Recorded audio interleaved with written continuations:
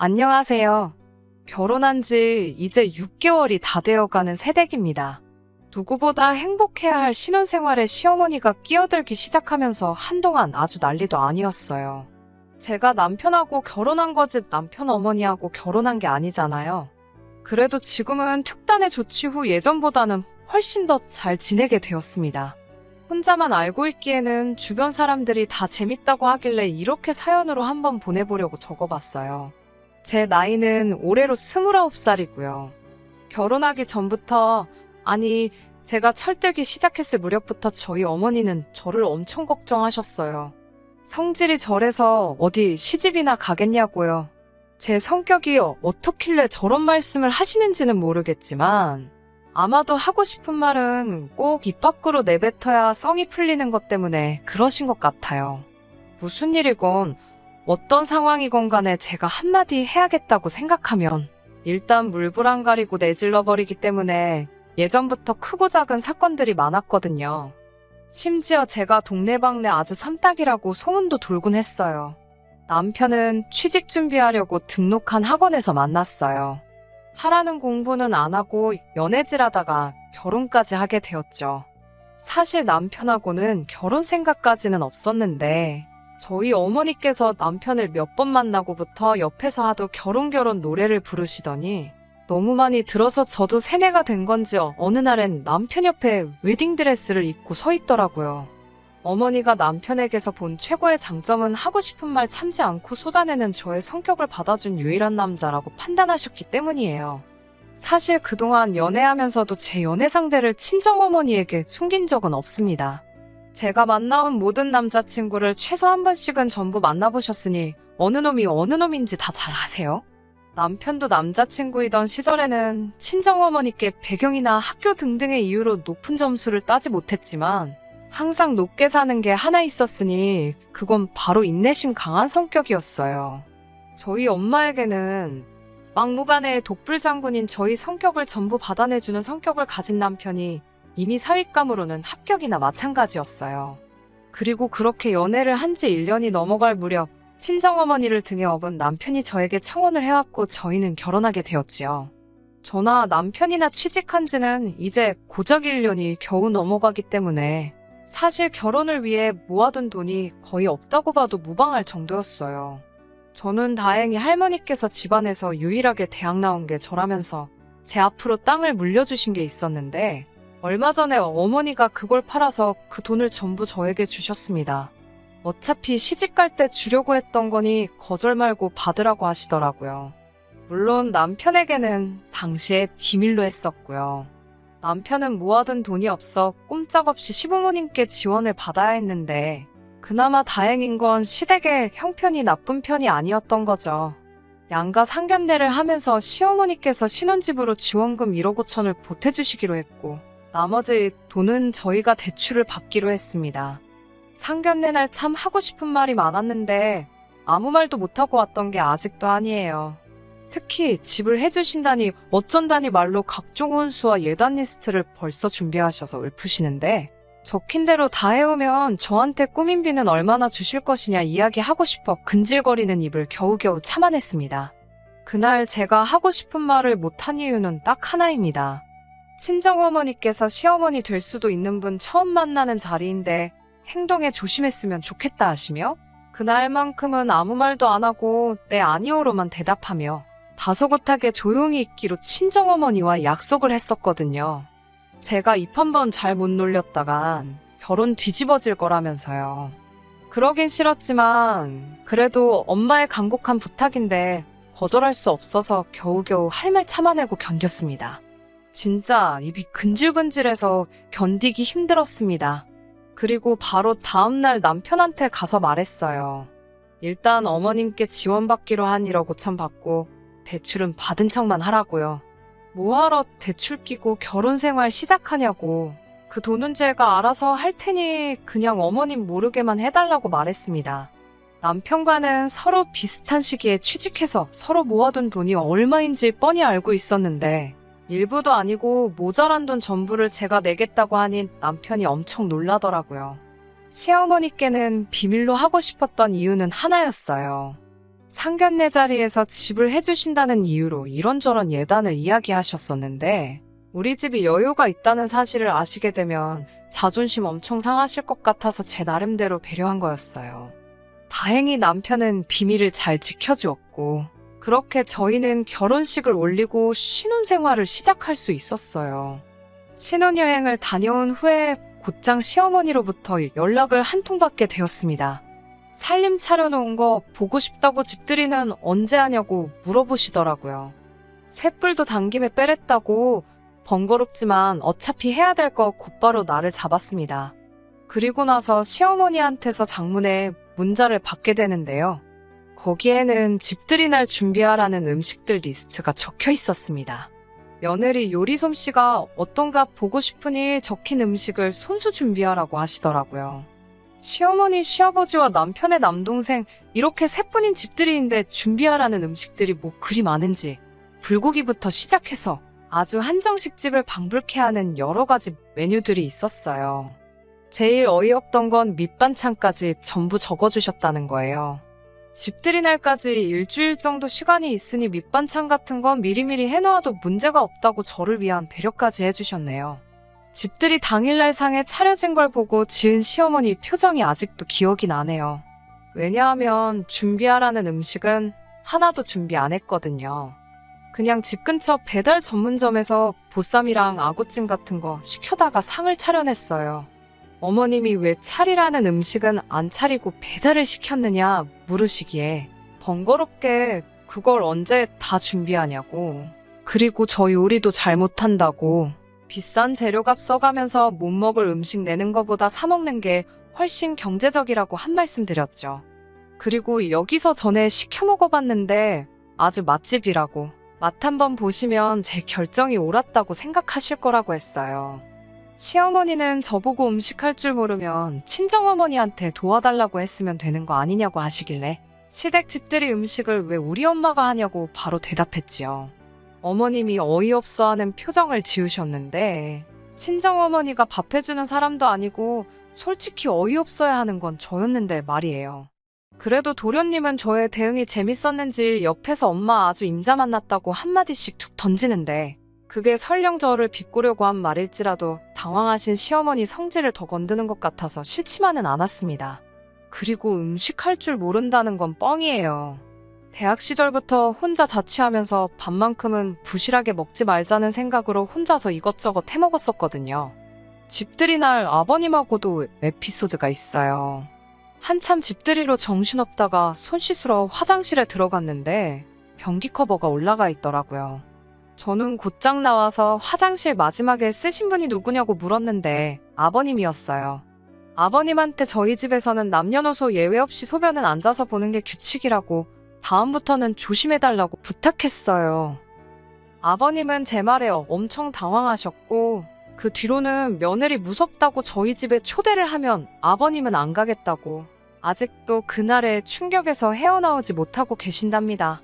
그래도 말은 저렇게 하셔도 사실은 며느리인 저를 많이 예뻐해 주시고 시가족 중에서 남편 다음으로 저를 제일 많이 챙겨주시는 게 아버님이세요.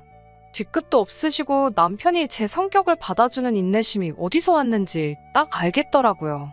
아무튼 그렇게 집들이도 끝났는데 아무래도 그날 있었던 사건 때문에 그런가 시어머니가 저의 길을 꺾으려고 아주 벼르고 계신다는 게 느껴졌습니다. 처음 저희 집에 원정 온 그날에 저에게 속수무책으로 당하셨으니 이번엔 저랑 남편을 홈그라운드인 시댁으로 초대를 해주시더라고요.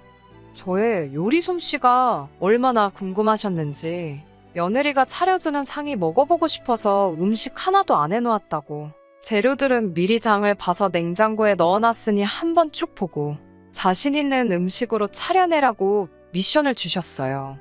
이게 무슨 옛날에 유행하던 예능 프로도 아니고 주방에 있는 재료 가지고 뜬금없이 음식을 내오라니 어이가 없었어요. 남편이 제 눈치 보면서 도와준다고 주방으로 들어왔는데 어머님이 남편한테 너는 왜 거기가 있냐고 이리 와서 TV 보라고 손짓하시길래 남편한테 걱정 말라고 말하고 고이 어머님 품으로 보내줬습니다. 일부러 못 먹을 정도로 이상한 음식을 만드는 방법도 있었지만 음식 가지고 장난을 치고 싶지는 않았어요. 실제로 요리도 어느 정도 할 줄 아니까 그래도 왠지 시켜서 한다는 느낌이 드니 시어머니가 원하는 대로 해주고 싶지가 않더라고요. 쌀도 불려져만 있고 밥도 안 해놓은 상태였으니 그 의도가 다분히 보였죠. 뭘 해야 하나 찬장 하나씩 다 열어보며 주방을 살펴보고 있는데 딱 괜찮은 게 있어서 그걸로 준비하기로 했습니다. 10분도 안 돼서 뚝딱 점심상을 마련했지요. 식사 준비 끝났다고 말하고 거실에 펴놓은 커다란 상 한가운데다가 제가 정성스레 준비한 음식을 올려놨습니다. 마침 일요일이기도 하니 짜장라면 어떠시냐고요.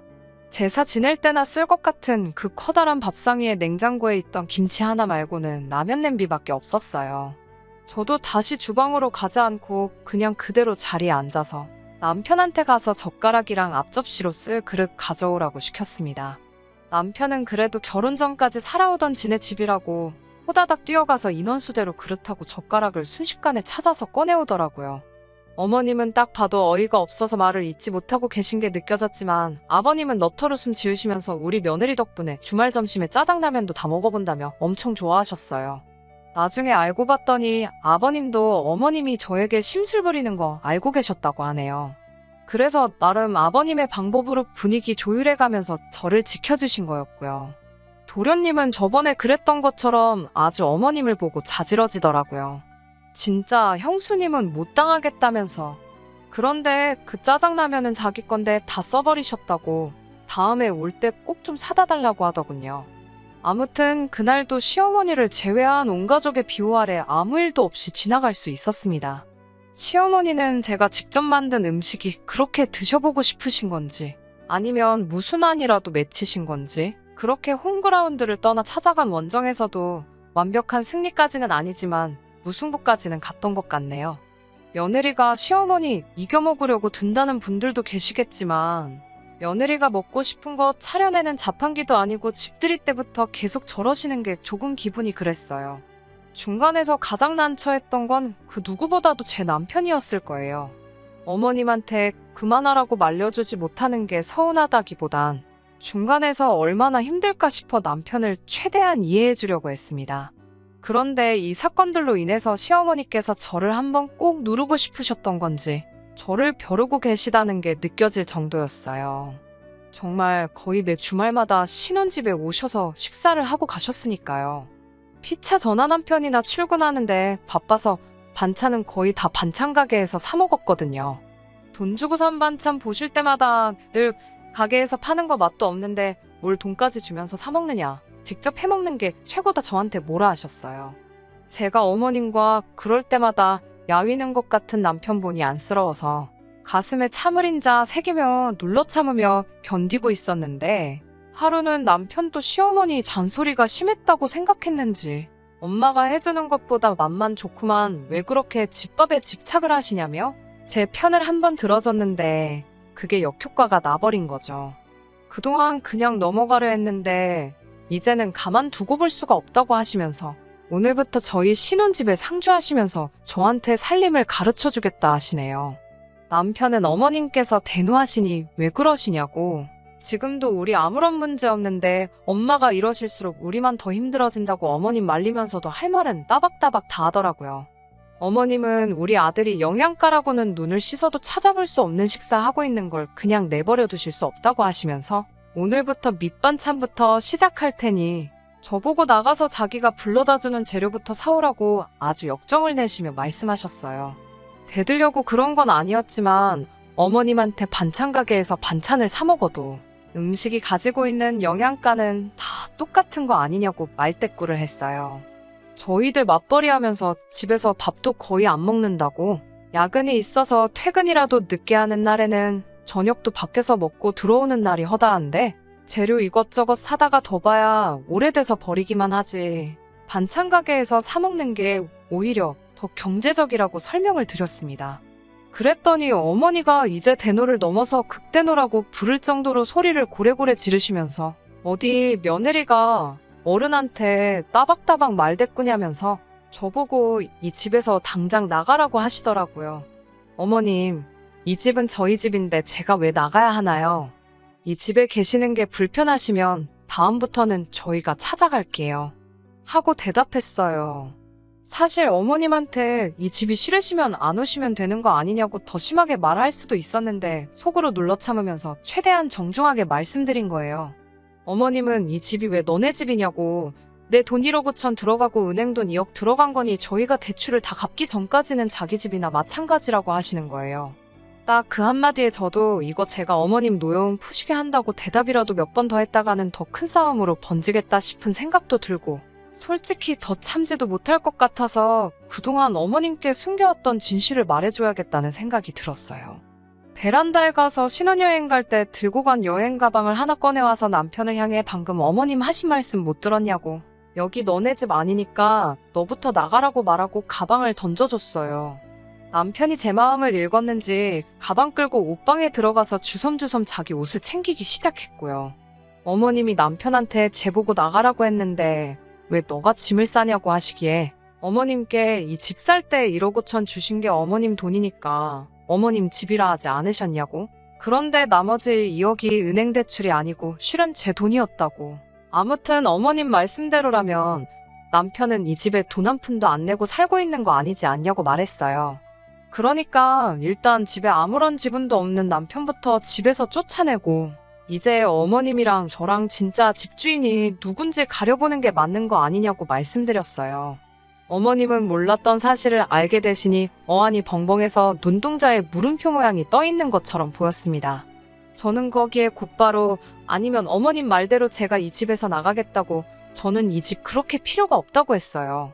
대신에 집에 들어간 2억은 제 돈이니 제가 나가자마자 곧바로 받을 수 있게 준비해달라고 말하고, 짐 싸고 있는 남편 가방 뺏어서 이번엔 제가 가방에 제 옷까지 몇 개를 쑤셔넣기 시작했어요. 남편은 잔뜩 겁먹은 척 연기하면서 어머님께 달려가 엄마 대체 왜 그러시냐고, 나 결혼하자마자 이혼남 만들려고 작정을 하셨냐고 그러지 좀 말라고 오열을 했어요. 저희 어머니가 사람 하나는 잘 보신 것 같아요. 이렇게 쿵짝이 잘 맞는 사람을 어떻게 알아보시고 저의 배우자로 선택하셨는지 딱 알겠더라고요. 아무튼 저도 남편의 연기에 힘입어 더 오버액션을 하면서 짐을 꾸렸습니다. 그런데도 딱히 어머님이 저에게 따로 아무 말이 없으시길래 그 길로 싸놓은 가방 들고 친정으로 왔습니다. 친정어머니가 걱정하셨지만 아무것도 아니니 걱정 말라고, 그리고 이게 아무 일이 돼버리면 그때는 그냥 이혼해야 하는 거지 않겠냐 하니, 직감적으로 제가 뭔 짓을 저지르고 온 건지 깨닫고 너는 왜 그 성질머리를 못 고치냐고 한마디 하시더라고요. 엄마 딸이니까 그런 거 아니겠냐 넉살 좋게 대답했더니 알겠다고 너 알아서 하라고 그냥 자포자기 하셨어요. 그리고 곧바로 그날 저녁에 시어머니께서 전화로 제게 이야기 좀 하자고 시간 좀 내달란 연락을 하셨고, 밖에서 시부모님하고 남편을 같이 만나 저녁 식사를 했어요. 조금 어색한 분위기에 두 남자가 두 여자의 눈치만 보면서 안절부절 못하고 있길래 제가 먼저 말을 꺼냈습니다. 어머님께는 제가 먼저 죄송하다고 사과드렸어요. 저도 사실 일 크게 만들고 싶은 생각은 없다고, 하지만 부부는 동등한 관계여야 한다고 생각하는데 어머님은 제가 계속 남편을 떠받들어 섬기기를 원하시는 것 같다고, 그런 사람을 원하신다면 저 말고 다른 며느리를 찾으셔야지, 저는 절대로 그런 며느리가 되어드릴 수 없다고 솔직하게 말했습니다. 어머님이 저희 부부를 동등한 사람으로서 봐주셔야 저도 그만큼 남편한테 잘할 것이고, 저도 남편과 똑같은 한 사람의 자식으로 생각해 주셔야만이 저도 똑같이 어머님을 우리 친정어머니한테 하듯 정성과 진심을 다해 모실 수 있다고 말씀드렸어요. 어머님은 제 이야기를 들으시고 한참 동안 아무 말이 없으시다가 결국 저에게 미안하다고 사과하셨어요. 부모 마음이 다 똑같지 않겠냐면서 여태 내 품에 끼고 살다가 장가보낸 아들을 향한 걱정에 애먼 사람만 들들 볶은 것 같다고, 제가 한 말이 무슨 말인지도 다 알고 있다고 하시며 앞으로는 저희들을 지켜주는 든든한 시어머니가 돼주시겠다고 이야기하셨어요. 원래 제가 마음이 여린 타입은 아닌데 어머님의 진심 어린 사과를 들으니까 갑자기 눈물이 뚝뚝 나더라고요. 분위기가 이상해지니까 아버님께서 지난 일은 잊고 다시 새로 시작해보자 하시며 상황을 정리해 주셨고, 그렇게 화기애애하게 외식하고 다시 저는 남편과 우리 집으로 돌아왔습니다. 얼마 전에 시부모님 초대해서 이번에야말로 어머님이 그렇게 원하던 제 손으로 직접 한 음식을 대접해드렸어요. 집들이 때 불러주신 리스트랑 비교해보면 메인 메뉴 하나, 찌개 하나로 간소한 상이었지만 참 좋아하셨습니다.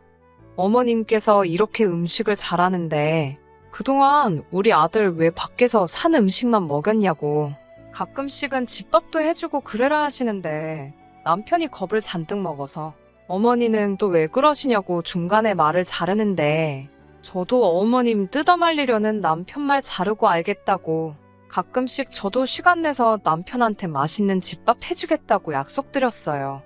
대신 그날은 남편이 집 대청소를 하게 될 거라고도 말씀드렸고요.